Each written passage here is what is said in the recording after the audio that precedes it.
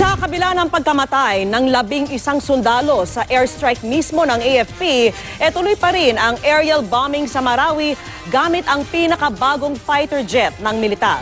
Pero hindi na kasing dalas noong mga nakarang araw.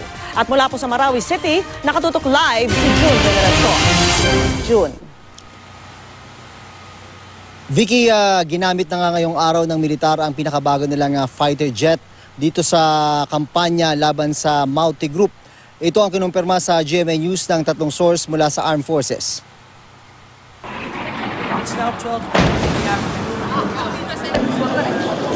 Kakaiba ang lakas ng magkakasunod na pagsabog kanina sa Marawi City, kasunod ng tunog ng mabibilis na eroplano. Sabi ng mga source ng GMA News, mga FA-50 fighter jet ang nagsagawa ng airstrike. Ito ang mga pinakamodernong eroplano ng Air Force. Ginamit na rin ito dati laban sa Mauti Group nang sakupin nila ang sentro ng Butig, Lanao del Sur. Pero hindi na kasing dalas ang airstrike ngayon kumpara ng mga nakarang araw.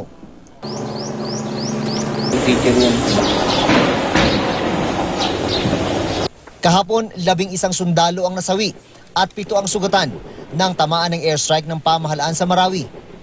May mga report din na natatanggap ang Provincial Crisis Management Committee ng Lanao del Sur na may mga sibilyan ang nasaktan sa airstrike at pambobomba ng militar. Patuloy nila itong bine-verify. Patuloy naman ang pagdating ng karagdagang tropa at gamit dito sa Marawi. Pagpapakita ng pagnanais ng gobyerno na matapos na ang problema sa Maute. Paiba-iba ang sinasabi ng mga opisyal ng gobyerno kung ilang Maute na lang ang tinutugis dito. Kanina, sabi ni Defense Secretary Delfin Lorenzana, nasa 100 miyembro ng Maute pa ang nandito. May sinasabi naman ng AFP na nasa 20 hanggang 30 bandido na lang. Sa video na ibinigay sa GMA News ng isang residente ng Marawi at kalat na rin dito sa lungsod, makikita ang mga bandido habang pinapaikutan ng isang armored personnel carrier ng gobyerno. Hanggang sa mapasabog ito gamit ang rocket-propelled grenade o RPG. Maririnig sa video na nagtatagalog ang ilan sa mga bandido. Tsaka kaya mo dyan? Sa isa pang video na pinost sa Facebook ng account name na nagpost din ng apila ng mga bihag ng Maute, makikita na may pinasabugan ding APC. Kinunan pa ng kamera ang tangke at ang 2 patay sa loob nito. Nakita na ng military dito ang nasabing video, pero duda sila kaya kailangan daw beripikahin muna dahil baka gawa-gawa lang. Pinost din ito sa Facebook page ng Amak News Agency na pag-aari ng ISIS. We are still validating the propaganda, okay, being circulated in the social media.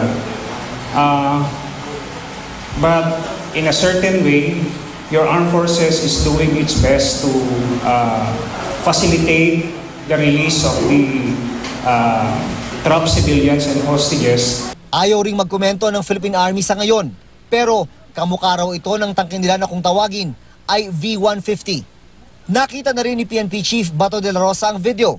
Hindi raw tangke ng PNP ang pinasabugan. Hindi naman daw nawawala ang tangke ng PNP sa Marawi. Hindi naman nawawala. Iniwan doon dahil naipit na nalaglag sa kanal. Sumabog yung gulong, nalaglag sa kanal, hindi na makamaneuver. Tapos wounded yung mga pulis natin na crew. So nag-withdraw sila dahil heavy yung volume of fire ng kalaban.